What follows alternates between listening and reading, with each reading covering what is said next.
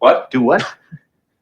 Let the dogs out. Like, ooh, let the dogs out. Ooh, ooh. Off the Hook, airing on offthehooksports.com. Your home for real news, real opinions, and what really matters about Tennessee athletics. Always available on Apple Podcasts, Spotify, Stitcher, Google Play, TuneIn, iHeart. Like, share, follow, subscribe. Always available wherever you find your favorite podcasts.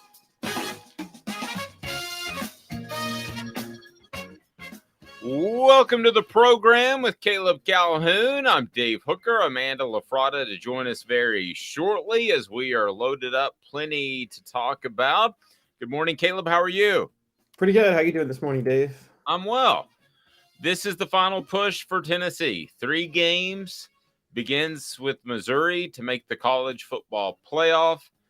We know that Tennessee probably is not going to be in the SEC championship game unless just craziness ensues on Georgia's end. So Tennessee has 3 games left to prove their worth, and we have 3 weeks left.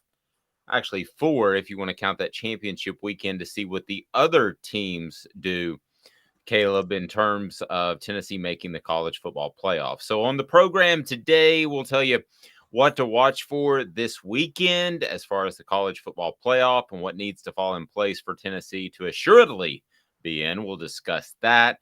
Also, one of Tennessee's top prospects has decided to leave his current high school. What does that mean for his recruitment?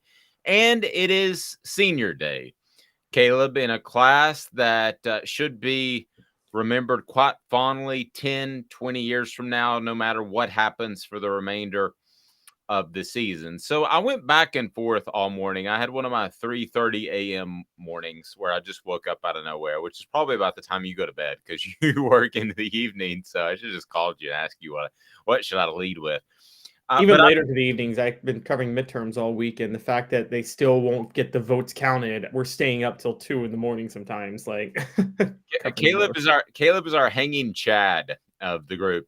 So to go way back. So, Caleb, so I thought what to lead with, a Missouri breakdown or talking about these seniors. And I want to lead with the seniors because I looked at Missouri, as I'm sure you have as well. And you're like me, you go break down the opponent Monday or Tuesday early in the week. So we'll discuss Missouri. Don't worry about that.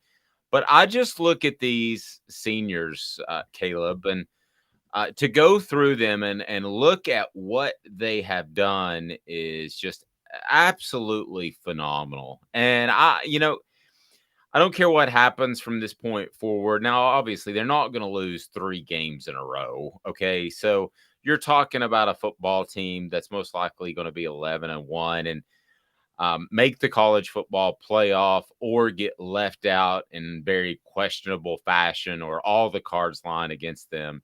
And Caleb, that's just phenomenal. We can talk about how great Josh Heupel is, and we should, and he is.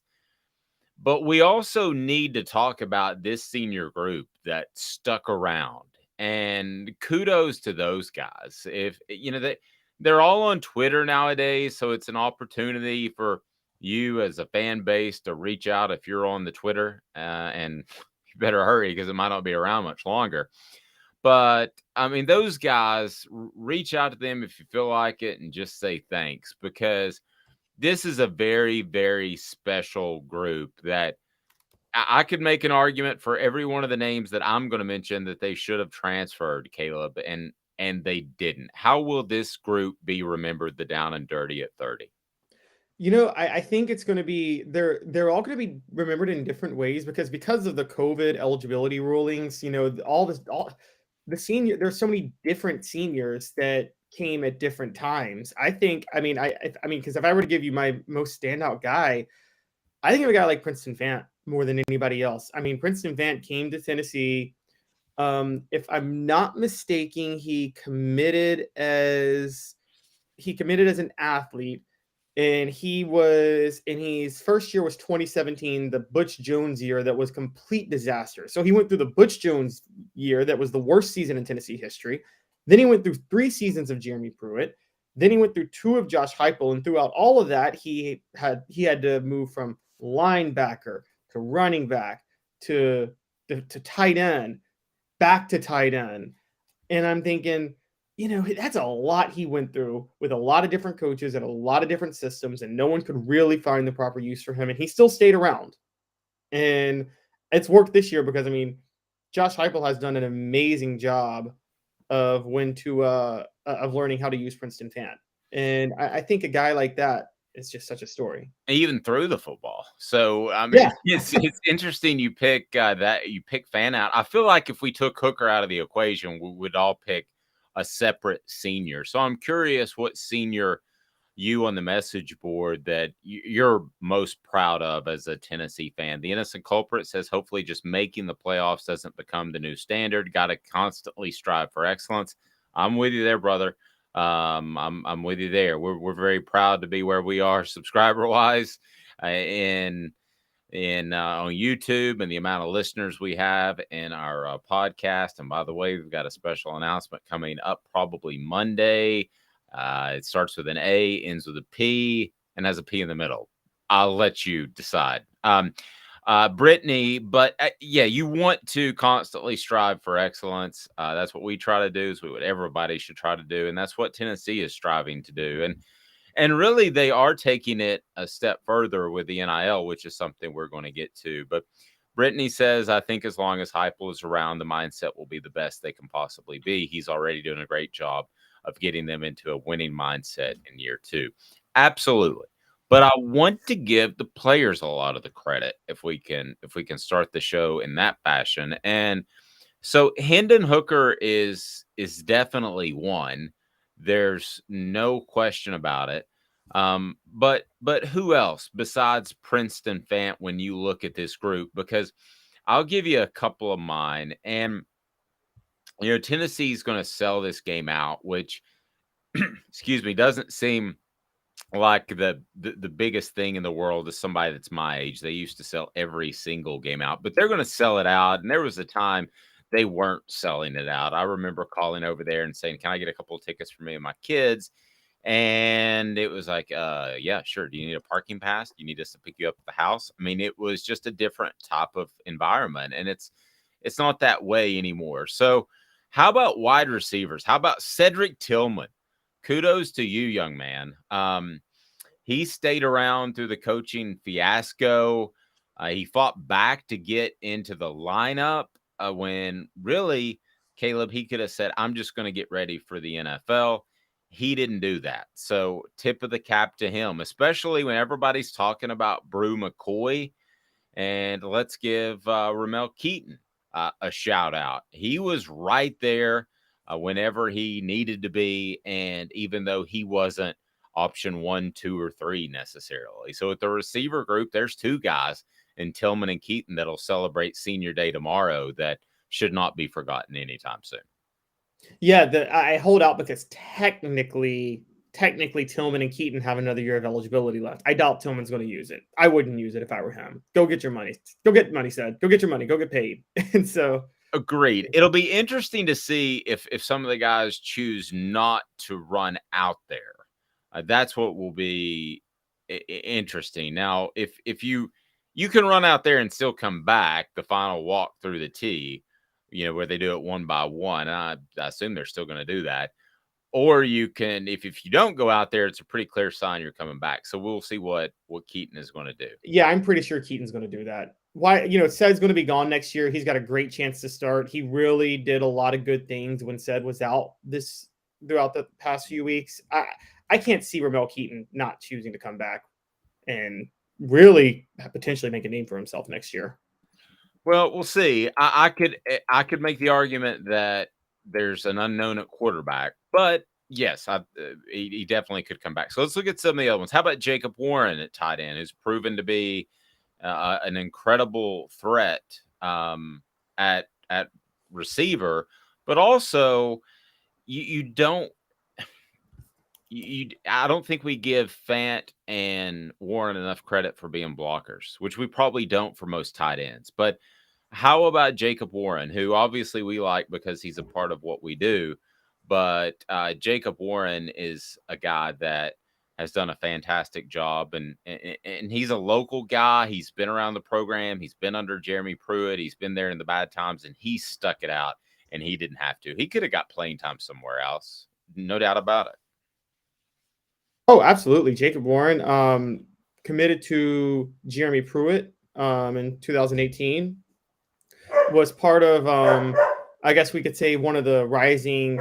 There was a rising tight end class at the time that people forget because it was him. I think Sean Lowe, was that the name? Sean Brown. I think Sean Brown was on there, but like a class of rising tight ends, and he's the only one who stayed around.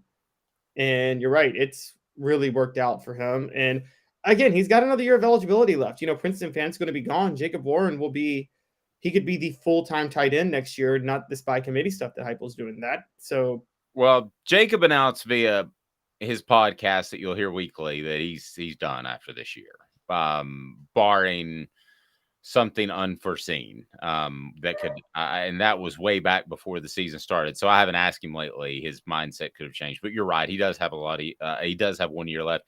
A lot of these guys do because of COVID. I want to bring Amanda in there, and Amanda, Brittany said that Jeremy Banks would probably be her favorite senior. Had some personal struggles, kicked off the team, completely turned it around. Yes, in a team of great stories, we sometimes forget about Jeremy Banks, but he's done a fantastic job as well. And he just seems like he has a great upside in the NFL. Oh, yeah, especially going through the personal struggles that he went through.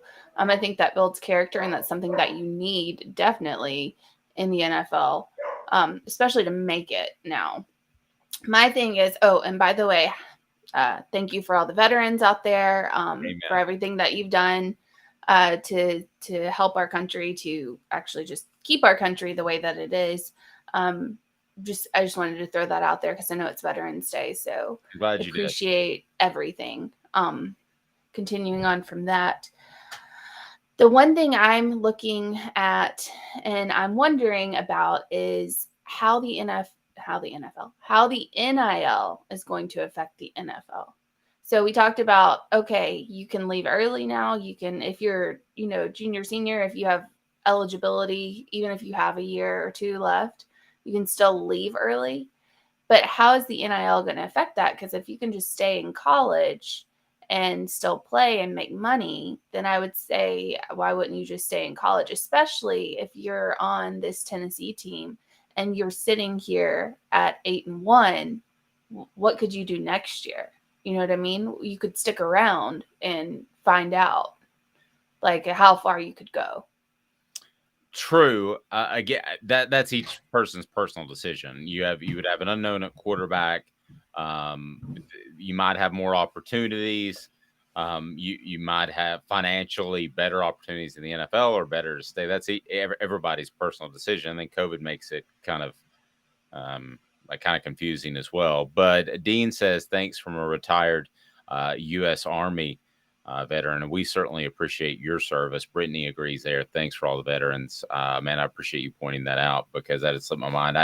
I did realize the Marine Corps Day was yesterday, which, wow, they've been around a while, like over 200 years.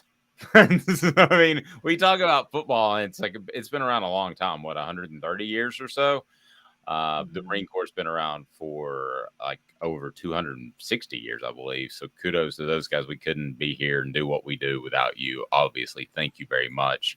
We're blessed to have people like you because it ain't me. I could not do that. Nutrition World brings you the down and dirty at 30. Go to nutritionw.com. That's nutritionw.com for the safest, best supplements you could possibly imagine, and their e-commerce store will get you taken care of. And their e-commerce store is one of the best. That means they get it out to you quickly.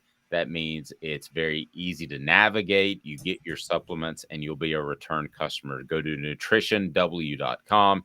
That's nutritionw.com. The innocent culprit says, go Army. Now, we're not going to turn Veterans Day into an Army, Navy, Air Force, everybody going against it thing. We love them all here. So, all right, some more seniors that I wanted to mention. Offensive line, Darnell Wright. How about a guy that is at left tackle, which is the money position, and the coaches come to him after starting every game last season, Caleb, and they say move to right tackle. I might have just picked up and said I'm going pro at that point, but he did it, and he's a more natural right tackle, as it turns out. So the coaches were right, and Caleb has probably made him money, and he's been fantastic at that position. You got to love that story too. Yeah, there's a strong case that Darnell Wright's been the best player on the offense, and I say that with Hendon Hooker and Jalen Hyatt. I'm not kidding. Even last week against Georgia, most of the sacks came from the left side of the line. There were a lot of struggles by J.J. Crawford and Gerald Mincey. Darnell Wright was no problem on his side, and he started at right tackle under Jeremy Pruitt opposite Wanye Morris. And Darnell Wright was a 5-star. Wanye Morris was a fringe 5-star, but mostly a 4-star on most services. But Wright was the only 5-star. Morris actually got a lot more of the hype for the play of the first 2 years because they were both freshmen starting at tackle, and there was a lot of hype behind them. Morris bailed, transferred to Oklahoma. Or was it Oklahoma? Was it one of the ones? It was Oklahoma, yeah. Yeah. How's that working out for you, buddy? But okay, sorry. Random shot. I don't.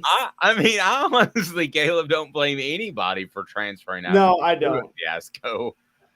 I don't. It was just Oklahoma got the bulk of them because Oklahoma got Eric Gray and Key Lawrence. Look, we can be a little more savage to college athletes nowadays because of NIL money. Oh, they make money. It's fair. No, agreed. Yeah. I used to have a policy that I was when I graded games, I tried my best to not be hard on them because they were unpaid. They're getting paid now. I'm treating them like NFL athletes, and I get to be savage if I want to be savage to them. Agreed. I can rub your nose in it if I want to because you're getting paid. Exactly. Right, a couple other guys. They're not millionaires, most of them. I don't know. Jerome Carver. Well, no, I know that most of them are not millionaires. I do know that. Not yet. No, it's never going to get to that point. But Jerome Carvin and Jeremiah Crawford are two others on the offensive line. You know, this offensive line was supposed to be a weakness. Caleb, it's guys, both of you jump in there. It's turned out to be a strength, and they're both seniors. So obviously, we're illustrating it. You know, not intentionally, but there's some rebuilding to do. But those two guys too have helped turn this offensive line into a team strength. Yeah, I agree. I mean, they no one thought this offensive line was going to be any good this year. I mean, they thought they would be decent, but no one thought that they would be this good, this dominant, able to let, Hooker and Heupel just run this offense like they have. If not for this offensive line, Hooker wouldn't have so much time in the pocket. Hooker wouldn't be able to make those decisions. I mean, even when some plays get blown up, he still can sit back there. And I mean, I was counting during Alabama, Tennessee, counting that guy had enough time to make a sandwich back there if he wanted to. I mean, people weren't getting to him. And on the NIL thing, if I was making as much money as most of these players are making right now, and I catch a lot of flack on YouTube, then I'd say, yeah, that's fine. You don't know what most of these players are making. Most of these players aren't going to be millionaires. Most of these players are making a decent salary, but that's not the point. So, let's also talk about for the transfers. We also don't know how much money they were making in McDonald's bags. And so that's true. So the point is they've been making money for a lot longer than just since NIL became a thing. Byron Young is an incredible story. He worked at the Dollar General. I mean, how many guys worked at the Dollar General and their football career was pretty much over? And they said, no, I think I'm going to go to junior college, and I think I'm going to resurrect my college career. Byron Young right now could easily be a regional manager of the Dollar General stores, but instead he's going to go, I would say, Caleb, 3rd, 4th round at the lowest in the NFL. I think he's got a bright NFL future, NIL future. I think he's got a bright future making money playing college football instead of bagging groceries. I agree. And there's going to be a movie about him someday. If he even if he's not an NFL star, there needs to be a movie. If there could be a movie about Rudy, the ultimate participation trophy award of all time, then there could be a movie about Byron Young, who worked his way into college and was an actual valuable player for Tennessee. Yeah. Or Michael Orr. Blind Well, Side? there was a movie about him. No, Oh, no, but no. yeah, I oh yeah, know. yeah. There could be a movie about him. Yeah, you're Yeah. right. If Yeah. there's one about Michael Orr, they can make one. They could be make a- one about Byron. How Young, about how about a sequel? Well, first of all, The Blind Side. There's a lot of lies in that movie. There's a Like, whole lot of lies. a lot There of was lies. a whole lot of payment going on from Ole Miss. And Well, of course, that's not. I Yeah. mean, no one And thinks also, that in their funnily, hearts of they- hearts they did that. Yeah, they didn't bring Michael Orr in out of the goodness of their hearts. He was already there were a bunch of families that he had been with at the time, and he just liked them the best. And yeah, they were trying to funnel him to Ole Miss. He wanted to go to Tennessee. We all know that. Oh So, yeah, I talked to him about it, and he said that he thought Philip Fulmer was his by far favorite coach. It wasn't even close, and I thought to myself that I thought, man, he's going to Tennessee, and then like a week later, he committed to Ole Miss. So yeah. I mean, that story is a story. I'm still waiting for the sequel. Has anyone seen though when they mix it up and they make it like it's a horror movie? With Peyton Manning, yeah. Or no, the one where they got Sandra Bullock. She's like, "You will come to my house," and like, but they make her like with red eyes and stuff. So like, she said it in a sweet way in the movie. You will come to my house, like, and be taken care of. But they make it look like with all this music underneath it. Has anybody seen that one? I've seen. Well, the ESPYs did a version of that, but like a joke with Peyton Manning, where Sandra Bullock is capturing Peyton Manning, and they dub Peyton Manning in on the Blind Side clips. But I didn't know there was another one. Well, I saw one on Dumb and Dumber, if it was a thriller last God. night, and it was classically funny, not as funny as the movie that Amanda loves. When it comes to somebody that's got your back, Zach's got your back. She hates silly movies. Zach's got your back when it comes to personal injury representation in Chattanooga. Zach England of Best and Brock will take care of you. He brings you Ron Slay each and every Wednesday, and we love visiting with Ron, and Zach is every bit as formidable as those attorneys that the insurance companies are going to call. So again, Zach England of Best and Brock. Zach's got your back. Somebody saying that they used the promo code at crafttreats.com recently. Off the hook, you go to crafttreats.com and we will hook you up because you can use the promo code off the hook, get 20% off of holistic, fantastic dog treats and cat treats and whatever your pet may like, and we'll take care of you. And by the way, Brittany's saying if you can handle Will Anderson, you're doing a dang good job. You're right. And I don't really know the reasoning why they always, or not always, 90% of the time line him up on the left side of the defense instead of the right side, which is where you would traditionally put your best pass rusher.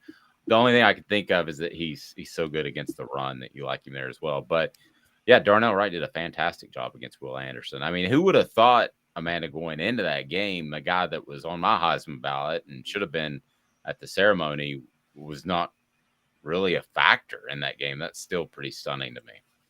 Yeah, it is pretty stunning. And I think, we talked about this earlier, but the reason that was given was anxiety. And I was just... Well, now you mentioned that off the air. I hadn't heard that before, that Will Anderson about anxiety. He had anxiety. Had you heard that, Caleb?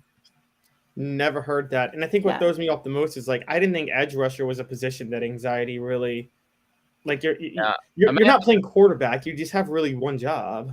Yeah, Amanda and I were talking before the show. Yeah, I mean, I understand being a pitcher or being a golfer. There's a lot of positions in sports, or shooting the game-winning free throw. Or being a kicker. I understand a lot. There's a lot of positions in sports, but it seems like to me that as far as anxiety, it's kind of like the Mike Tyson thing. He would cry a lot of times before. I don't know if you know this, but he would cry before his boxing matches. And then once he got hit or he hit somebody, he was fine. And seems like football would be like that. Yeah, I just wasn't for Will Anderson. He also did that drug that Aaron Rodgers is doing now, but it worked better for him than it does for Aaron Rodgers. I forget what it's called. Alushkoa or whatever that is. Yeah.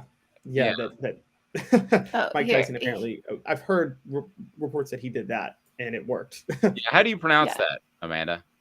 Why would I know how to do that? Because I thought you were getting ready to say it. No. All right. So Alabama had a lot of anxiety before the Tennessee game, says Will Anderson, USA Today. Interesting. Well, yep. I hope he gets that worked out. Okay. Dean says Ashiganda. Ashiganda. Yeah, I've heard of that. Ron White, I believe, took that. The comedian. Oh, I love Ron White. To get over alcohol. Because Dean Martin back in the day, for those that don't know, he had apple juice and he wasn't really drunk all the time. Anxiety is a weird thing. Yeah, I have it. But right now, I hope not.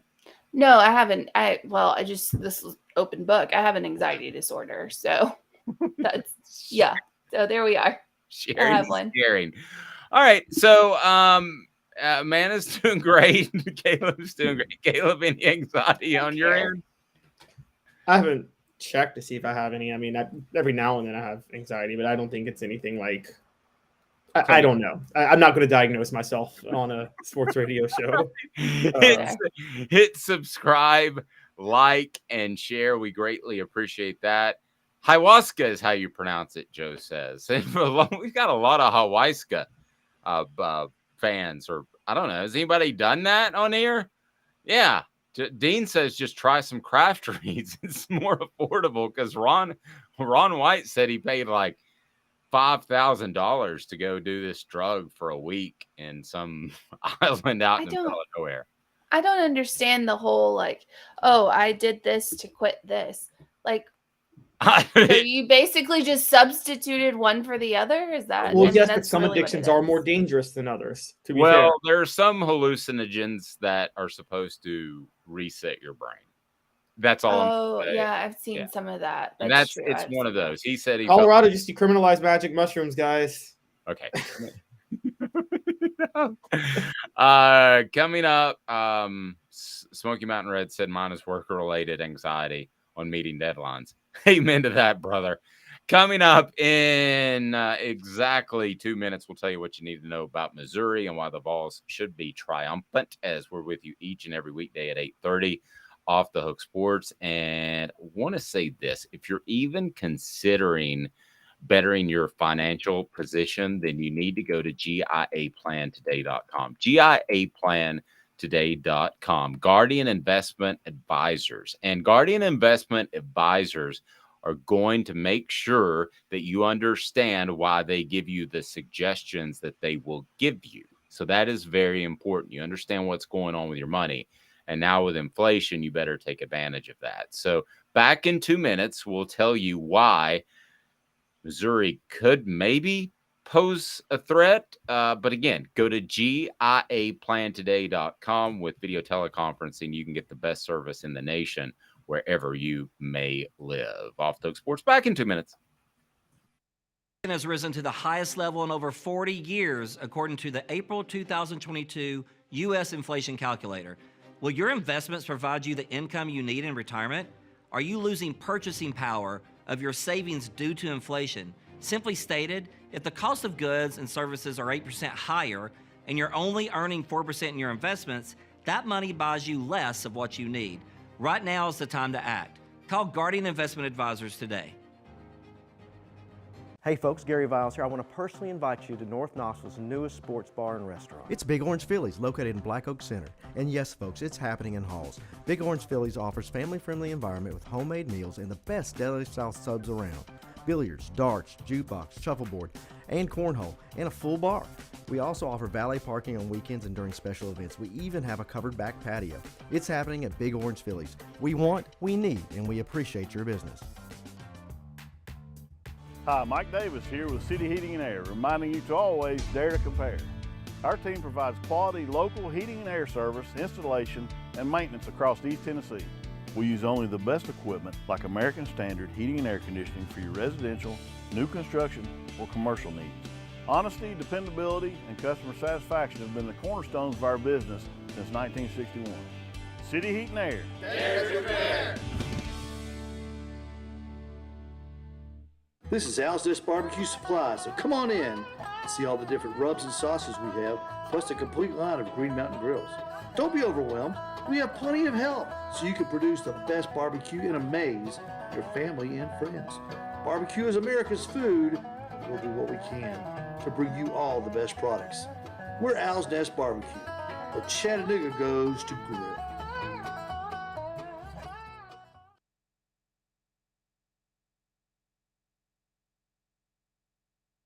got cataracts? We can fix that.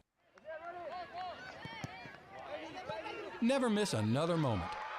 With a little help from Doctors Campbell, Cunningham, Taylor, and Hahn at cctis.com.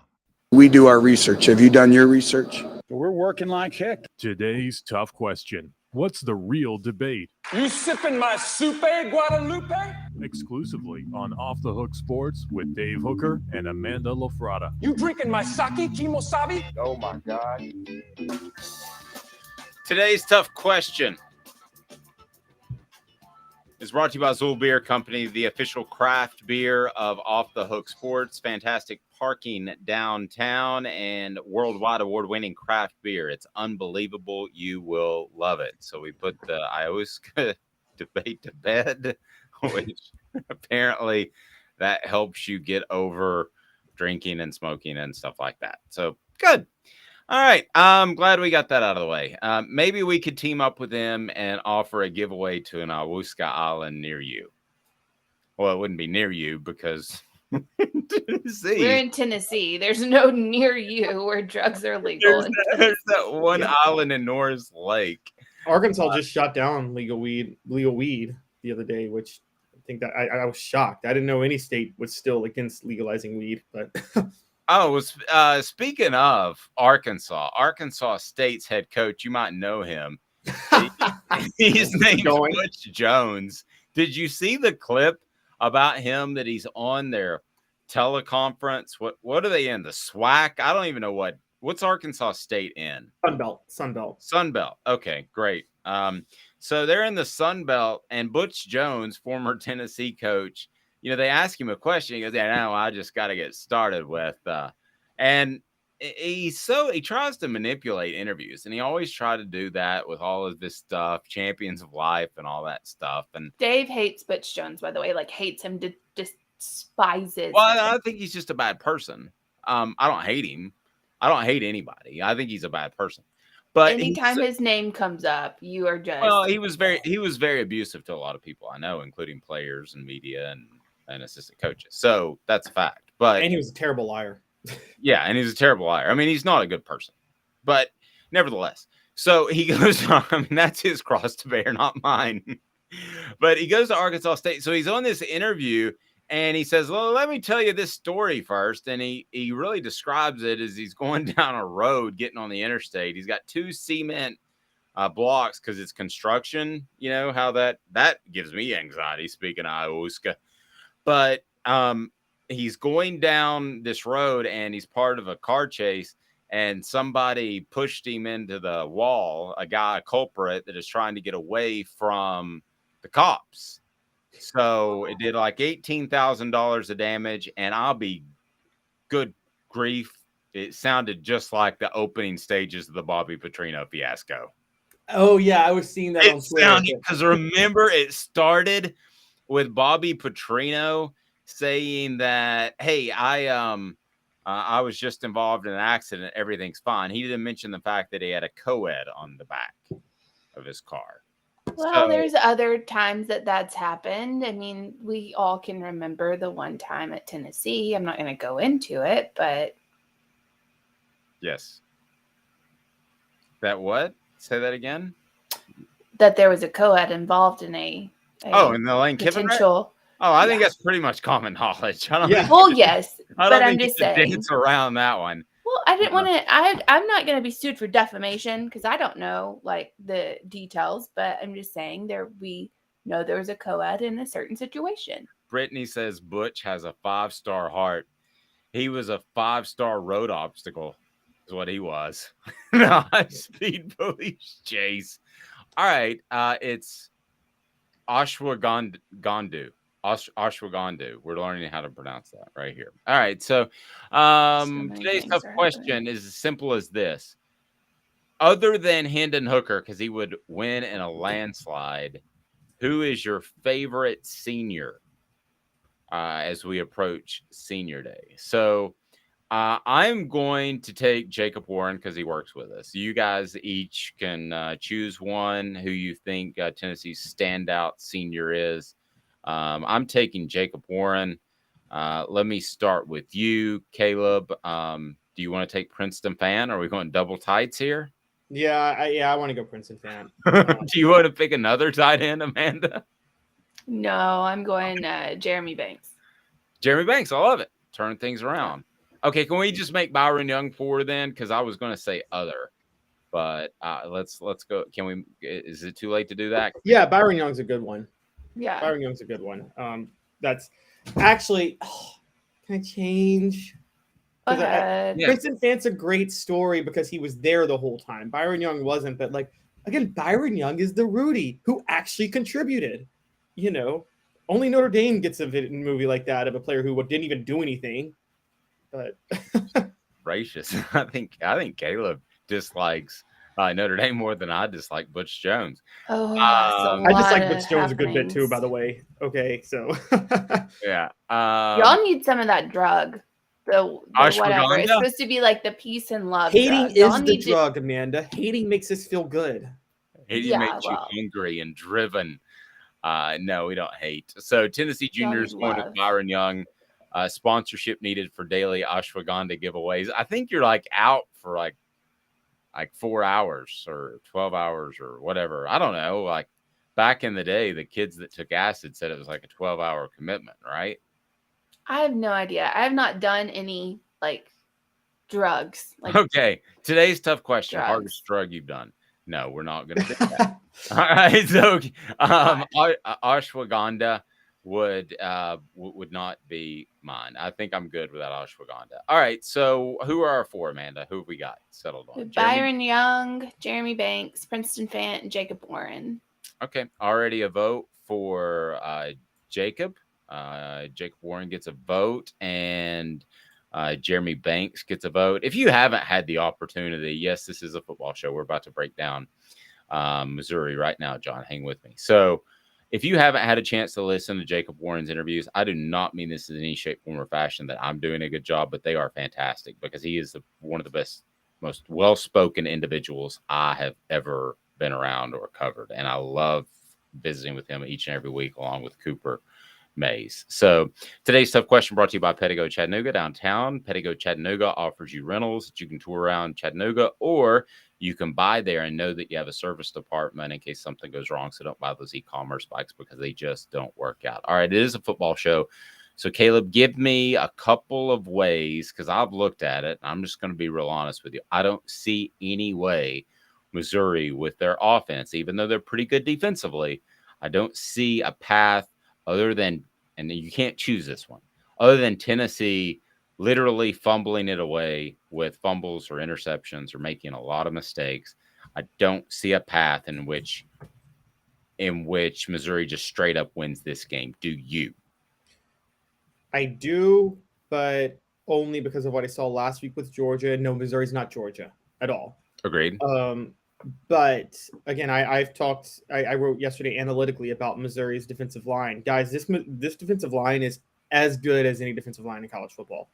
And if they can take away the run with their defensive line, we know Josh Heupel desperately needs the run game to work for his offense to really do what it needs to do, particularly beating teams over the top. And if they take away the run with that defensive line, they can maybe make the game a little ugly, slow down the tempo when they have the ball. And I mean, you can maybe, you're right, see a couple fluke plays here or there, and then it happens. Not to mention, there's still the off chance that we don't know how Tennessee mentally regroups from last week's loss. We don't know how focused they're going to be on all the other college football playoff related games involving the Oregons or whatever, how much they're going to be thinking about that. It's a noon kickoff. So senior day, which is always distracting. I think if Tennessee can get their run game going, I think it's going to be a blowout because I don't think Missouri's defensive backs are equipped to handle their receivers. But I think Tennessee has to be able to lure the linebackers in and really force Missouri to put a couple extra guys in the box when they run the ball. And that's harder against Missouri than it is against most teams Tennessee's faced. Let me ask you this, Amanda. Do you think Georgia, other than being more physically talented, showed the rest of the nation how to beat Tennessee, or were they just better in the matchups? Did you see anything schematically, anything they did different that other teams have done? Because I didn't. I just thought it was one-on-one. They won matchups on that day. I mean, that's it. It was just the matchups, one-on-one, and the physicality of Georgia. They weren't scared to draw a penalty. They weren't scared, in the secondary to get a PI. Now, there weren't a lot of those called, but they weren't scared to get one. I mean, you could see that with these receivers, because that's the only way Tennessee's receiving, core could be stopped, is if you get extremely physical with them. And I understand Georgia's good. I'm not saying Georgia's not good. I'm not saying that their secondary is not good, because they are, but they were not afraid to be, I guess, hands-on, to put it lightly. Okay, let me stick with you, and then I want to bounce to Caleb on this. Tennessee did not respond to D. Williams not returning that punt going out at the 1 yard line. They have admitted they didn't respond well to the loud crowd. That is the one time that from an emotional, mental perspective, they didn't respond well. You had the fumble that was a touchdown against Alabama. You had the near comeback at Florida, and they responded well in all of those games. So do you come away from the Georgia game after they said admittedly that the crowd was a factor? Do you come away from that game wondering about how tough they are mentally at all? No, I don't come away from that. And if we're going to blame, if I'll cast blame, I'll throw it around right now. If I'm going to blame people for that crowd noise and for that, the atmosphere that was so bad for Tennessee, I'm going to blame two people. Please don't let one of them be me. I'm so scared right now, Caleb. Can you see the fear in my eyes? I'm going to blame two groups of people, I guess. I'll blame two groups of people. That first is going to be media members, former Tennessee players that came out and riled up Georgia fans for no reason. And I know I said that I went to Georgia Stadium one time and I didn't think it was that loud. They needed signs. And that was true. And that was back in 2006. And I agree. But yes, but former players coming out and saying, it's not that hard to play at Georgia. I've done it. They're not loud. They're, whatever else. I'm going to blame you for riling those fans up because. And you're talking about Eric Ainge. Yes. Well, you never need to motivate other fan bases. There's no point in doing that. And number two, College Football Playoff Committee, I'm going to blame you because you put Georgia at 3 and it made them angry. So I would go slightly more the latter, but only about 60-40. So, and I'm not laying the blame at Eric Ainge or anybody in the media's feet, but I do think for whatever reason that became a story. I think the fact that the Atlanta Journal-Constitution sent Mike Griffith up to ask about that specifically was a little weird. And I thought it was funny that Josh Heupel said that's a bright red shirt you got on. And so, no, it became a story. Whether or not it's Eric Ainge's fault or whoever's fault, Caleb, it did become a story, and it got Georgia fans ultra motivated. There was no sneaking up on a team on Saturday, against Georgia. There was no sneaking up on them whatsoever. No, I agree. And that's why I actually go the other opposite way of what you did, Dave. I go 60-40 in favor of the former of what Amanda said. I think the talking of the crowd noise actually had a bigger impact in the college football playoff rankings. Okay. The reason I say that is I think Georgia, they don't have to get up for that many games this year. So whether or not they were 1, 2, or 3, they were going to circle this game and take this one ultra seriously and be ultra motivated because we knew going into the game, we're forgetting about this now, but Georgia kind of had to win that game going into last week. We felt that if they don't, they could be out of the playoff race because they wouldn't go to the SEC title. They don't have multiple quality wins in their back pocket like Tennessee does. And so I think no matter what Georgia was, you wouldn't be able to sneak up on Georgia. And also I'm a believer that if you think your team's a national championship contender, well, you're not going to win a national championship sneaking up on everybody. Once you get to the playoff, everybody's going to be up for those games, and you're not going to. So I think that's not. But the former, yeah, I've never heard the Georgia crowd that loud, and I don't think it's anything about. I don't think Tennessee prepared for it well. I don't even think it was fully one-on-one matchups. I've been saying I thought Kirby Smart confused. I'm going to say it. I thought he confused Josh Heupel a little bit with those blitz packages on the left side, and Josh Heupel's never going to admit that. But he's also never going to admit to kind of jump on that point that he probably should have called some more screen passes. Yeah, 2 screen passes would have changed the whole complexion of that game, because Georgia was playing really soft coverage on the outside, knew that guys like Cedric Tillman weren't going to beat them deep, and then they were just blitzing constantly. And Heupel could have. I think Heupel was so stuck with his preparations and his game plans. I thought that I don't think he thought Georgia would stay committed to that the whole game, and I don't blame him for that. But yeah, Brittany brings up a good point. It was one of the biggest games at Sanford Stadium. Yes, that's very true. So that probably helped the crowd noise as well. I don't think all the talk beforehand that it wasn't loud should be dismissed, though, whatsoever. That certainly did not help. No, I think that was. I mean, I think that was a factor. Let's be honest. To quote a former president, that's a low energy stadium usually. Okay, that's low energy state. What president said that? Trump used to call Jeb Bush low energy Jeb. Oh, okay. I didn't know that. The thing I remember the most was 2000 when Georgia beat Tennessee. They ended that 9-game winning streak. They stormed the field in the most haphazard way. It was kind of I guess we kind of stormed the field, guys. And it took them 18,756 hours to get the 2 goalposts, to get 1 goalpost down. And so, I remember when Tennessee stormed the field against Florida, they got both goalposts down, and within a minute, those things were gone. And the same with Alabama a few weeks ago.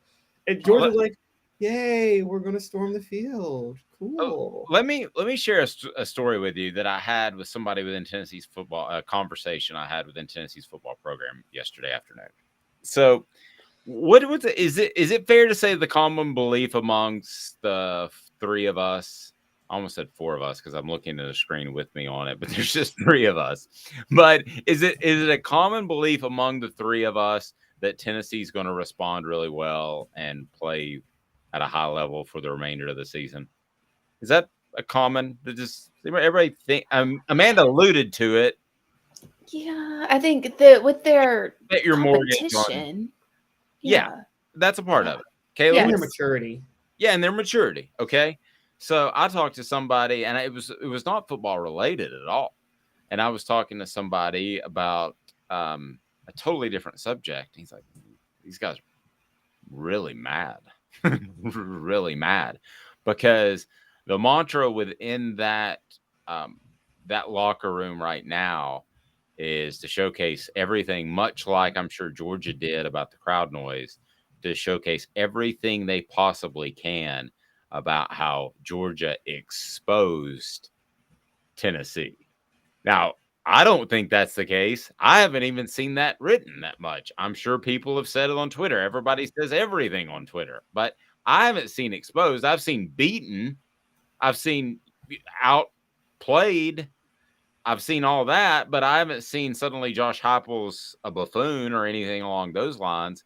Well, the players are being shown that, and they're angry, and that's why, again, I don't gamble on sports, but I don't know what the point spread is on this, Caleb, but I think Tennessee wins this game big. I think they have the right mindset going in, and there's not going to be a hangover from a loss. It's just a little bit of insight.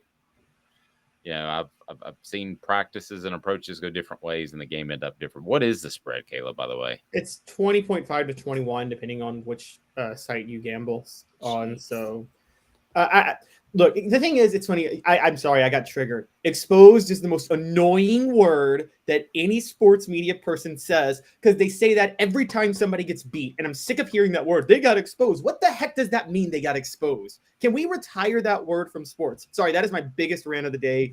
I lose it when people say that, because every time someone gets beat, we're like, they got exposed. How about they just got beat? I hadn't really thought about it, but I'm trying to think of an example in which somebody did just get scheme got totally exposed. I mean, to me, exposed is when you realize a guy can't dribble with his left hand, so you force him left. Yeah, that's exposed. I don't know that schematically I can recall a time in which somebody was completely exposed. What about 1997 LSU Florida? Oh, Spurrier's fun and random gun games. Well, that was the first SEC loss for Spurrier in 4 years at the time. And I will tell you this. John Chavis. We were at this was in 2001. Okay, so this is before 9/11 and before the game got moved back. He was very, very confident in that college football had caught up to Steve Spurrier. So that's 4 years later. Okay, but then we're talking about John Chavis, so that's perfect pacing. So there was a sense that people caught up to Steve Spurrier. So there's maybe one. So you go back to 97 LSU Florida. That's pretty amazing that you would go back to that game, Caleb. Well, Florida's had the high-powered offense. They were undefeated in SEC play, and that was Spurrier had won 4 straight SEC titles. LSU beats Florida, as you remember, Dave. Georgia then beats Florida, which gets Peyton Manning into his only SEC championship that he wins. And I think Florida Spurrier won 1 SEC championship his last 5 years at Florida after winning 4 straight in the 90s and going undefeated for 2 of those years in the SEC. So yeah, the only thing I see as exposed is when you literally expose a weakness that no one saw in a team. Like you said, a guy can't dribble left-handed, or this guy can't run up the field. I don't know. Or Antonio Brown's at a hotel in Dubai. Okay, I'm sorry. We're talking about exposed. That's the only time I see exposed. But I think Caleb's right. People use it way too often. When they don't really mean exposed, they just mean they got beat. Maybe they got out schemed. Maybe they got out coached, but not exposed. Exposed when you say, okay, this quarterback can't throw down the field, and we just saw why, or we just saw whatever. It's not exposed if somebody just gets kind of out coached or game plans just not in place. That should be. Okay, I'll give you another exposed. Okay. The Jordan rules. Michael Jordan, do not let him go down there and score just because you think that he's a deity of basketball. Don't let him score easily. Make him go to the ground every time. So he was somewhat exposed. He worked out, got bigger and stronger, developed a better outside shot, and then he overcame his own exposure. Okay, no, I'm sorry. I wasn't watching basketball because I was 4 or 2 at the time. I'm a big NBA fan, but I wasn't watching then. I've looked at numbers. That narrative of the Jordan rules is one of the biggest lies ever told in sports. Oh, no, it's not. They absolutely they knocked him to the ground every time. But Dave, the first time... time out. Stop. What do you define as the Jordan rules? Okay, the Jordan rules I know is what the Detroit Pistons did to Michael Jordan, where they played him really physical, and that's how they kept him from the Bulls from reaching the finals. And then Michael Jordan buffed up, got stronger and tougher. The whole Bulls team did, and Phil Jackson came in and developed an outside shot. Developed an outside shot. Okay, we're forgetting a huge part of this. One, the first time the Bulls lost in the Eastern Conference Finals, they were a 6 seed. The Pistons were a 1. So the Pistons were it wasn't like the Pistons were the only team to expose the Bulls. Well, the Jordan. Okay, I don't want to interrupt, but I don't want to get too sidetracked. But the Jordan rules to me was that you're not going to let him beat you by taking it to the rim over and over. Okay, but that's the extent of the Jordan rules. Okay, time out, everyone. Time out. Okay, we're getting way off topic here with Jordan rules. Why don't we'll deal with this on Monday? Caleb, you give me your input. Dave, you give me your input, and we will break and we will deal with this on Monday.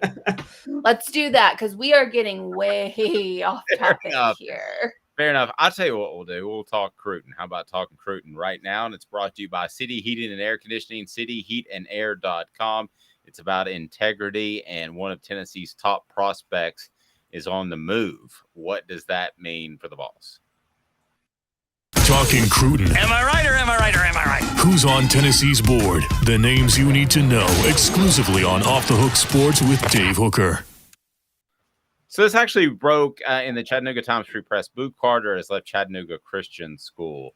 We don't know why. We only have confirmation, probably with Stephen Hargis, who broke the story, and he is one of Tennessee's top prospects. So he leaves right after football season, and we had talked to Caleb Giroux how he was charging the field at LSU, and actually was in a boot at one point, and he charged the field at Tennessee. Wherever he goes, fields get charged.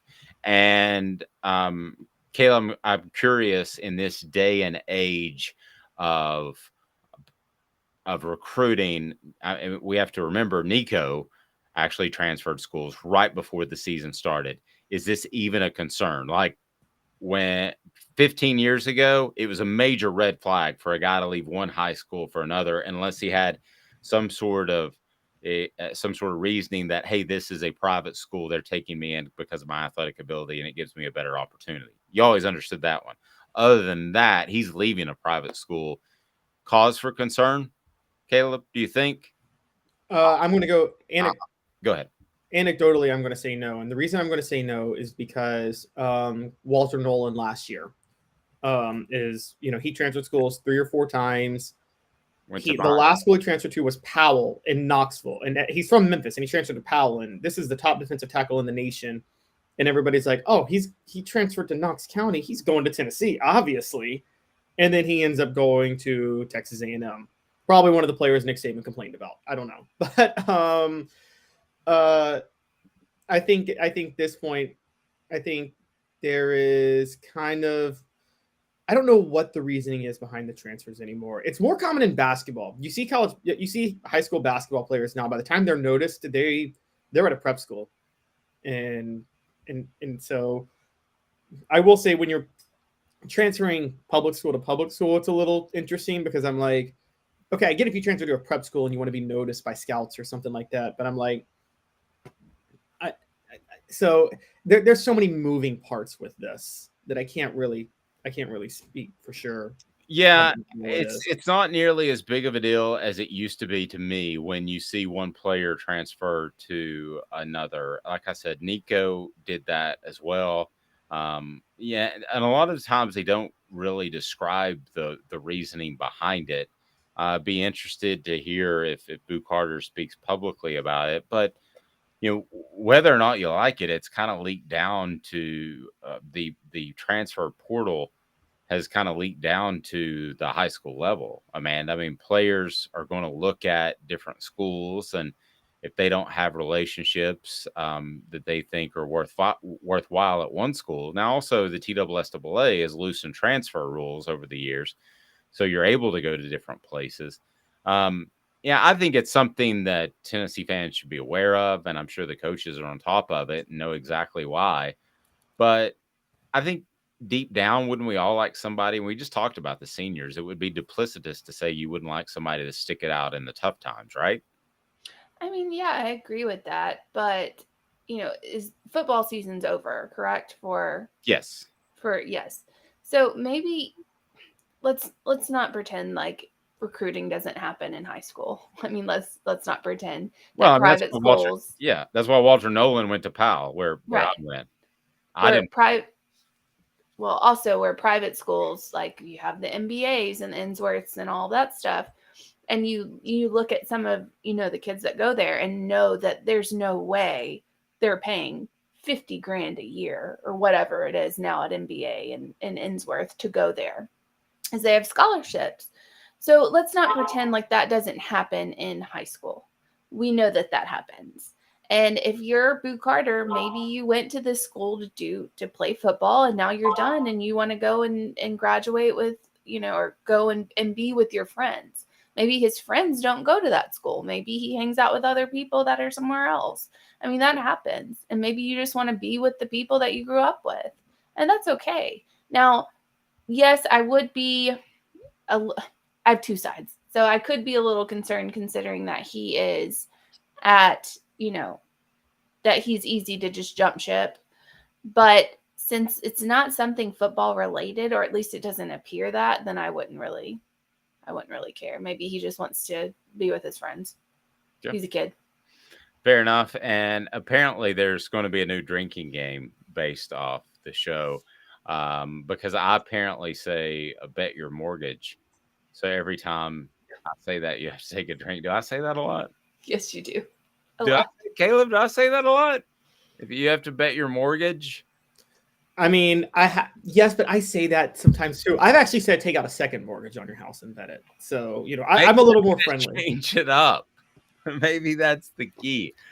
All right. So I don't think it's a huge concern. I think Tennessee is also in a position where they'll be able to ascertain what's happening if they don't know, which they probably already do. We'll know by Monday and let you know each and every weekday at 8:30. So as far as commitments, Tennessee currently has 22 and ranked 11th in the nation. Caleb, is as well as things have gone for Tennessee, easy for me to say, they ultimately have got to get up in that top 5 in recruiting to win games against Georgia like they did. Because Georgia, I believe, is what Alabama was 5, 6, 7 years ago. So they're going to have to get up in the top 5. Top 11 sounds great. I remember Derek Dooley one time crowed about the fact that I think he was 22. I mean, but that, when you look at the SEC, I mean, top 11 usually means 5th or 6th in the SEC. So that's not that incredible when you take it into perspective. So Caleb, Tennessee has to continue to benefit off of this season, a possible college football playoff, and the NIL as well. Yeah, I wouldn't worry too much about 2023 if I were people, because look, a lot of and you know this, Dave, you've covered it. The bulk of recruiting for the signing class in February is done the previous summer before the season's even played. Like 70% of the work is done by the time the season even starts. I'd say 75% of it is done. Tennessee entered this season coming off a 7. The 2023 class is not going to be impacted that much by their top 5 ranking, their 8-0 start. It's not going to be impacted that much by the fact that, look, they're still, because they won't conclude it, an NCAA investigation hanging over the Vols' heads right now. And the Vols delayed their response, which I don't blame them, because they're in the college football playoff race. They don't want a long shot postseason ban when they're in this race right now. But until that gets resolved, which will probably be sometime next winter, I would say February, that's going to be a tiny factor with recruits. And so I think those two things, I think the magic class is the 2024 class. That's the class where you are going to start to see Tennessee really loading up. I've said in the past, you can lose your class the season before National Signing Day. You can't really gain your class the season before National Signing Day. You can go ahead and bet your mortgage. I'm going to steal that line. Tennessee, by the way, has 4 commitments for the 2024 class. Jonathan Eccles out of IMG Academy. Listen, I'll just go ahead and tell you, having somebody from IMG Academy is a good thing, because they produce 4- and 5-star prospects like they're just growing fruit. It's amazing. Caleb, that's why the kids go there. It's pretty much a football school, or an athletic school, I should say. Caleb Beasley, who's a cousin of Aaron Beasley, is committed. He's a 4-star guy. So Eccles was a 5-star guy that I mentioned. Mizzou Bennett was a big pickup recently for Tennessee. He's a 4-star kid. Carson Gentle is a gentle giant. He's a 3-star defensive lineman out of McCauley School in Chattanooga. So I find it interesting that Chattanooga is so on Tennessee's radar. I think Nashville is one to certainly watch as well. You were going to say something, Caleb? I'm sorry. No, I wasn't going to say anything. Okay, so coming up, I'm going to tell you exactly who you need to root for and root against, not only in the Heisman Trophy, but also in the college football playoff. And how about we take a look at the Heisman Trophy odds, because that's kind of fallen by the wayside a little bit. And why Tennessee is in the best position of any team in the nation in terms of NIL. We've talked about that before, but recently Josh Heupel addressed it, and I'm telling you, Tennessee is going to take advantage of it as well as anybody in the nation.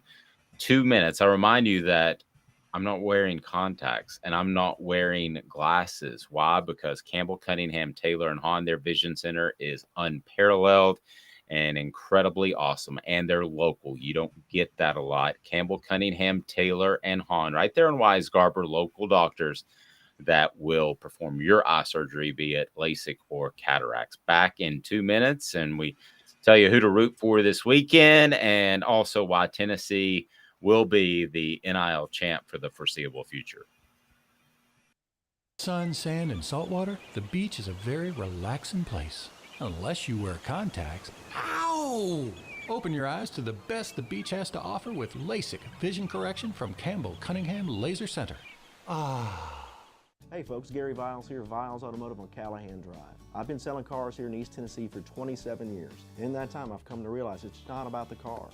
It's about you, the customer. So I'm here to take care of you just like family. Good credit, bad credit, you name it, we can get you taken care of. If we don't have it, we can find it for you. We go across the country to get any vehicle that you want. And here at Viles Automotive, we don't believe in fake numbers. We just give you great deals. And as always, we want, we need, and we appreciate your business. Do you want to own the more that owns every job? Then get to Vassey Lawn and Garden in Cleveland and get you a Toro. I'm David Vassey, here to talk to you about Toro. With a Toro Zero Turn, you'll get more out of every minute and you'll reach the finish line faster. At Vassey's, we like to say, no matter if you're mowing 3 acres a week or 11 lawns a day, homeowners and business owners alike find confidence in equipment they can trust from top to bottom. Vassey Lawn and Garden, Highway 60 North in Cleveland. Man alive, it's worth the drive. This is Steve Rain. I own the Midnight Oil and Michelin Tire Direct service station here in Ottawa. It's not a fancy place, never has been, but it's a clean place with clean restrooms and good folks who work here. We sell gas and fix cars, nothing glamorous, but we love what we do and we're going to keep doing it for a long time to come. There's not many real service stations left, and that's a shame. We're the guys just like the guys back in your hometown. We'll fix your tire, change your oil, and put a new set of Michelins on your car. If you want a Twinkie, you'll just have to keep on going. Thanks for the business.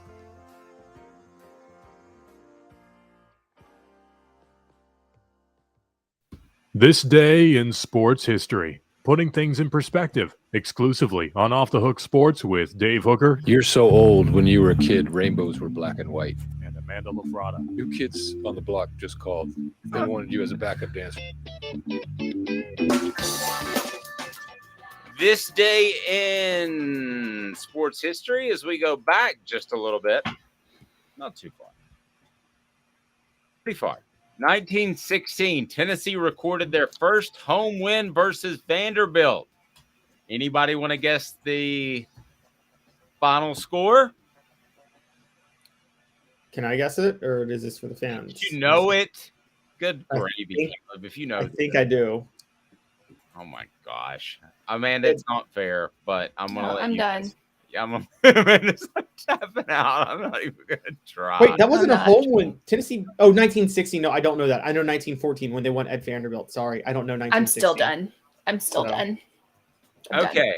done. Anybody? Dudley Field. What are we guessing, kids? What's the score?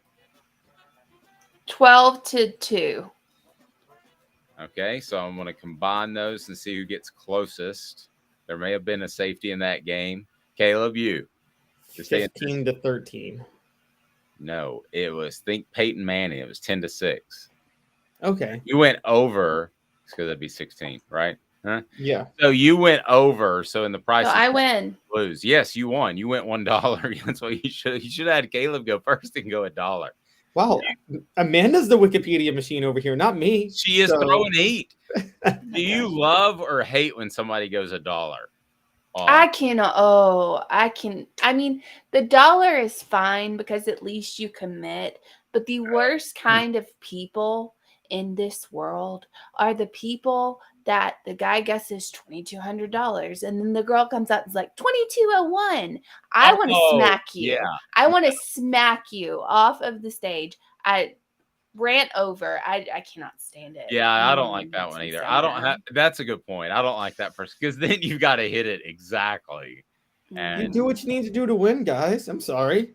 I like the dude who went up there and lost on purpose just so he could go. They go, Richard, what's your bet? And he goes, 420, Bob. And obviously it was a marijuana reference. And then they came back to him the next time. It was a totally different prize. And they go, Richard, what's your bid? He goes, I'm going to have to go with 420, Bob. And he came back and he actually lost on purpose because he bid 420 6 straight times. Is that in California? Yes. That's where it's filmed? Yeah, that makes sense. Maybe he was high when he did it. There's no question in my mind he was stoned as a bat when he was doing that. I mean, sounds like fun to me. Loyalty. Somebody said I'm excited to see what Ethan Davis can do in this offense once he gets here at tight end. Yes, I'm told that he is just a physical, athletic beast. He'll be in the 2023 class. Maybe a little rough around the edges. He's a basketball type guy, so you're going to have to teach him some of the fundamentals at tight end, but I think he'll be very good. Brittany goes back to talking about some things that repeat themselves on our show. Brittany says, if you want alcohol poisoning, drink every time Tim Banks says you know. I may or may not have counted at least 130 times in a 10-minute press conference. Okay, why this strikes me is so funny, and Amanda knows me well enough, and I love her to death. She knows that I can get on the verge of the giggles and lose it. One time, I was talking to her, and I don't smoke marijuana. I don't do ayahuasca, as we talked about earlier. And she's like, it was one night. I was just, your brain was probably like, are you high? But I wasn't. I asked. And she did that seriously. But I do get the giggles. And if I don't steer away from this one topic, I will get the giggles. Is we use a transcribing software, and Caleb, I've sent you some of it, and it picks up every and adds I think. And if you don't go through and clean it up, then there will be 50. And Jalen Hyde is probably, other than the guys that work with us, probably my favorite player on the team for how open he's been. But it's Bob, John, and it transcribes everyone. And that used to be my grandparents' biggest pet peeve. So I don't understand how you can interview players when they say, all the time. So some people, that's a big pet peeve, but on the transcribing software, Caleb, it really shows up. Does it not? Oh, yeah. Well, Dave and I are both local news, or have both been reporters for local papers. So we've written stories where we were the source of the quote. And, you're taught in journalism school how to quote. And it's like, but you're supposed to quote them exactly. But I'm like, do I really have to put in all the when I write this quote out? Or can I just a lot of ... dots there. Yeah. A lot of ... dots. Yeah, I started the News Sentinel around about June of 2005. Yeah, right about June. Let's say May. By June, I realized that I'm cutting out a lot of Yeah. It's just no point. It just comes out in print and makes the poor player coach look stupid. And I just decided to do that. So this day in sports history, by the way, 10-6, Tennessee gets the first win at their home field against Vanderbilt. Brought to you by Vols Automotive Group. Integrity matters right there at Vols Automotive Group on Callahan. And they want, they need, and they appreciate your business. And they are incredible. Great service department as well. All right. So why will Tennessee benefit from the NIL more than any other team? Well, I wrote about that this morning after Josh Heupel was asked about it. So let me give you a little bit of explanation. There was supposedly this divide that was supposed to exist. People were unsure. And that's why Josh Heupel at SEC Media Days looked like he was dancing around on a hot skillet because he was so uncomfortable talking about NIL. This is so against what these coaches have been brought up on. Caleb is providing any financial inducement to a player, current or prospect or otherwise. So now there's a coming together, and you had Danny White send out a message essentially saying, pay our athletes. Tennessee's athletic director. That's exactly what he said, to paraphrase. And you had Josh Heupel that was asked about it yesterday. So I've said this before, and guys, I'm not sure if we've had the discussion, but I will say this again. You find me a school. I'm going to open it up to you guys. You find me, tell me one school that can benefit more from NIL than Tennessee. And I want our message board people to put it out there too. I know a lot of you are Tennessee fans, but you give me a school, okay? Like throw a Texas A&M out there. They have a bigger budget. We'll talk about Texas A&M. Give me a bigger school. And if anybody can find a school that has a better NIL advantage, and unfortunately I'm the judge, jury, and executioner of this, I will hook them up with a barbecue gift pack to Owl's Nest Barbecue or a Craft Treats gift certificate. All right, Caleb, you start. Give me one school that's going to benefit more of or do you want to start? Amanda looks giddy and ready to go. Oh, I'm ready. Okay, if give me Caleb's one. not. Give me one. Yeah. Okay, I have two. Okay, and we're just talking NIL, correct? Just talking NIL, that Tennessee, I believe, has as much of an advantage as any team in the nation. Okay, well, these two go together, so I have to give you two. Oregon, Maryland, those two. Okay. Nike, Under Armour. I know exactly where you're going. Yeah. No. So Oregon is a very, very good one. Let me start with Maryland. Maryland's money, and Caleb, you might want to speak to this. Caleb lives in Maryland and went to Maryland. Caleb, Under Armour's money is dwarfed by Nike's money. It's significant, but they're not able to dole it around. We could check stock prices. So there is a direct relationship there. So I think I would eliminate Rutgers. I would eliminate Maryland. Okay. Rutgers. Elon Musk. Keep going. Did he go to Rutgers? Yes. Boy, man, imagine if he decided to get in a college football game. Okay, that would blow my argument way out of the water. Yeah. What is a Rutgers? That player from 1986 said for Tennessee, and they lost to Rutgers that year. All right, Caleb, I think it was 86. All right, so would you agree with me that Maryland doesn't have the money and doesn't have the fan support there at Oregon? Yes, Maryland doesn't have apathy is too much in Maryland compared to Oregon. I will say one thing Maryland does have, because NIL is part of the equation. Location still matters. Maryland has a lot more connected to some local talent than Oregon is. The DC area, and they can get into Virginia and into Pennsylvania and sometimes into North Carolina. So I think location advantage makes Maryland not as needing NIL money as in Oregon, but yeah, they can't compete with Nike in Oregon, and they can't compete with any of the SEC schools that have talent and a bunch of NIL money to be able to. Right, because you might want to spend money with the nearby Wizards, the Orioles, the Ravens. There's a lot of competition there. So in that DMV area is what they call it. Yep. So if you go to Oregon, now that's a very good one. I mean, I'm going to give you that one. There's a lot of Nike money.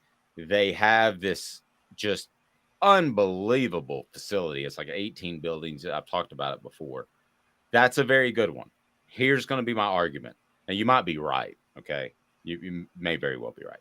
My argument would be that Nike, okay, is going to spend money only to an extent that it helps their business.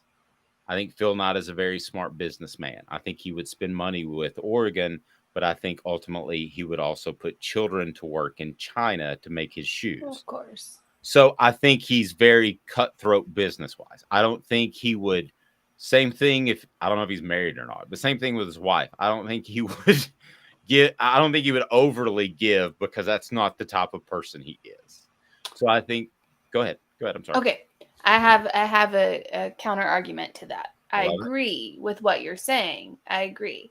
But he could kill two birds with one stone, because if you make Oregon a dominant powerhouse by using this NIL money to, and let's be honest, to bring in players to kind of promise them gigantic sum of money when they get there and they play, then how many jerseys does Oregon have? I mean, really, like how many jersey combinations? So if you have Oregon fans, people automatically flock to people who are winning. I mean, I saw something the other day about, before Tennessee's game against Georgia, how many people were getting Tennessee tattoos. Like it was going crazy in Knoxville. Anywho, if you have fans and if you're winning, you get more fans. The more fans you get, the more jerseys you sell, the more money you make. And Oregon has 50,000 jerseys. So Okay. Another layer of a question about Oregon and Nike before we go further, though, because I don't know. I'm asking both of you guys this honestly.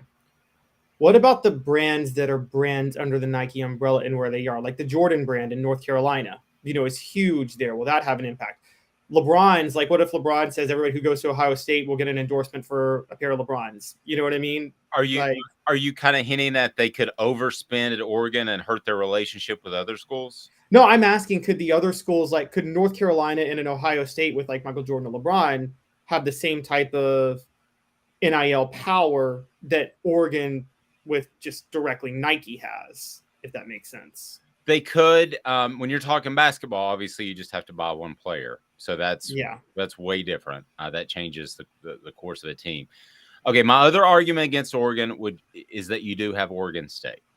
So that some of the advertisers, other than I know, I'm not saying you're not right. Okay. No, I'm just saying that is the one when I was thinking about it this morning that stood out. If they just decided, but we're only talking about one company with Tennessee being in Knoxville. And here's the basis of my argument. Yes, she is on fire. Top truth. Amanda's on fire. So with Knoxville, there's no other. It's a one horse town. Okay. There's no other place to spend your money and get that type of exposure with athletics. At least I could make the argument with Oregon that there's Oregon State. There are other, nearby. Go ahead. The Seahawks, for instance. There are other. Go ahead. They're putting I know this is off. I mean, and it's not. But if you want exposure in Knoxville now, they're moving I can't remember. I have a sweatshirt of them with a little bear on it. Smokies. They're moving the Smokies downtown. So they're building that stadium downtown in Knoxville. And I don't remember when it's happening, but it's happening. Yeah, you could spend money with the Smokies. I know it's not a lot, but probably pennies on the dollar. Okay, so my argument is, and I want to go to the message board, and my argument is that Tennessee owns Nashville, owns Knoxville, owns Chattanooga. I won't say owns Nashville. Let me backtrack on that a little bit. There is the competition for Titans money. Okay. And Predators. So let me backtrack on that again. But we had Ron Slay on this program, and he said, and he's on every Wednesday, and he said the interest level from fans is 55% Tennessee. So let's say they have a big part of what is now, I believe, a top 10 market, Caleb, and they have Knoxville exclusively their own, which is like a top 50-ish market. And there's no competition in Knoxville. Okay, so that would be my argument against Oregon. Now, some others that people have thrown up there. Okay, Oklahoma and Texas oil money. My argument's going to be the same for those that it was for Oregon State, but I believe this argument's stronger because the Oregon State, Amanda gave the look for those watching on the video. She's right. I mean, no one cares about the Beavers. It's a bit of a reach for me. I agree. Oklahoma and Oklahoma State are tit for tat there. Yeah, they're pretty close. That could go either way. Texas, you have a ton of competition. You have the Cowboys. You have the Texans. You have, it seems like they're, whether it's Baylor or TCU, it seems like there's a college football program that comes out of the woodwork every once in a while and makes some sort of statement. So, Caleb, I wouldn't take either of those. You?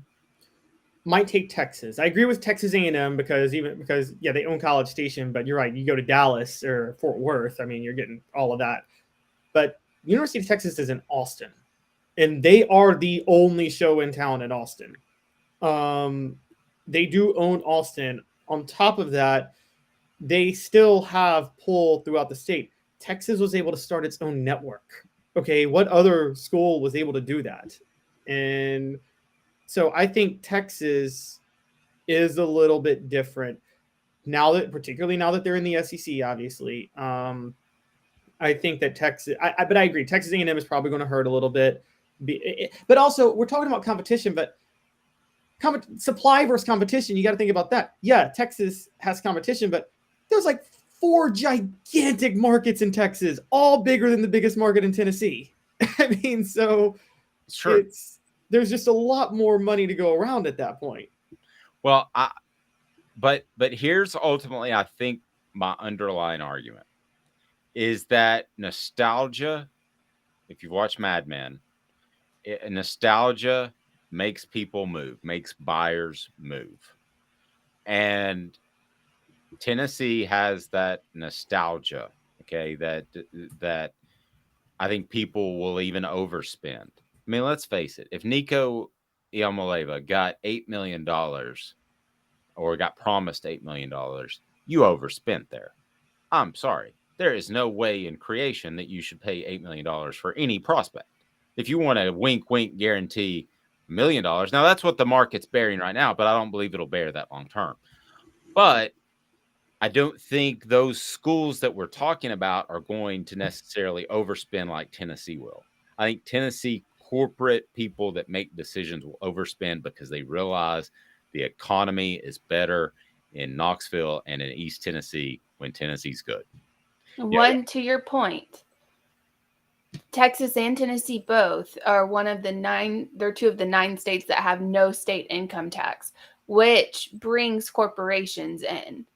I mean, I know that seems way off, but it does. It brings we saw Elon Musk move Tesla from California to Texas for that exact reason and other things, but that was a big reason.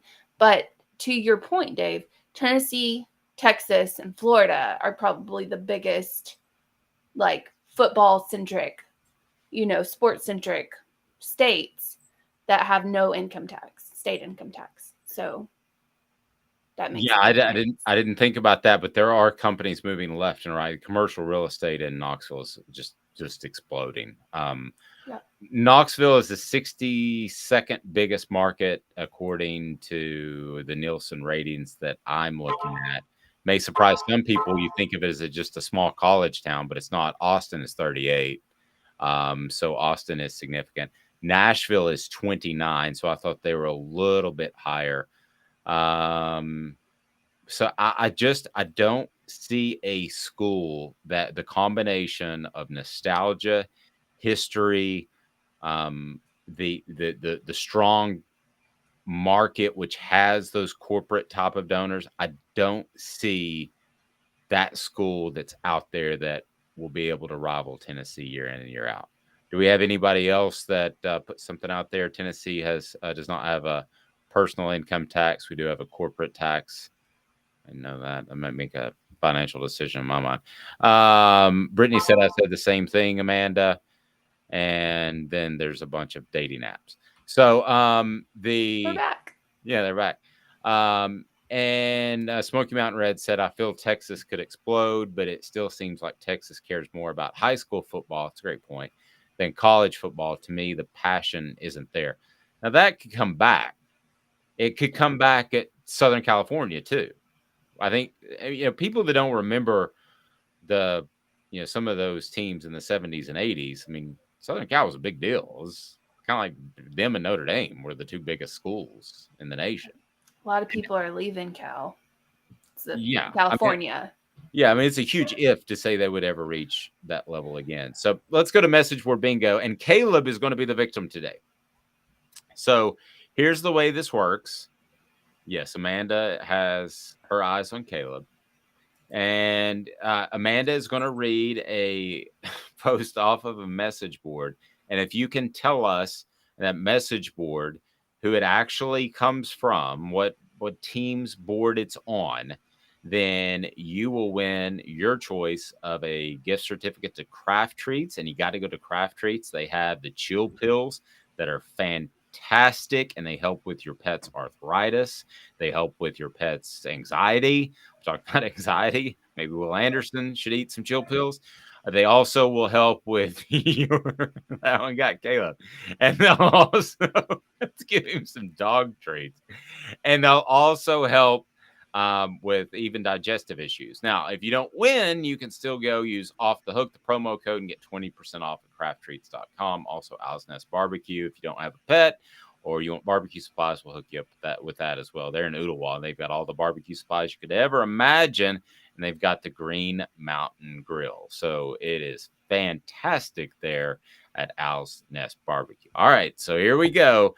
Caleb, you will have, or no, our listeners and viewers and those on the message board will have exactly 15 seconds to post an answer to win, and then I go to you. And if you've got it, then it's over. If you don't, then we'll let it go a little bit longer. But here we go. Message board bingos now. Be thankful the Powerball was won by a Californian. Probability much lower now that those winnings will be used to fund NIL for a Southeastern school that competes more directly with us for recruits. Life is good. All right, that's a tough one. I'm gonna say that it's SEC. Your 20 seconds, Caleb, and posters. It's not SEC. It's not SEC.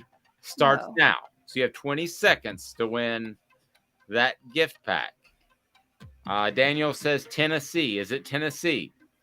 No. 10 seconds. Orange Blood says Notre Dame. Is it Notre Dame? No. Good guess, but no. Oh, was a good guess.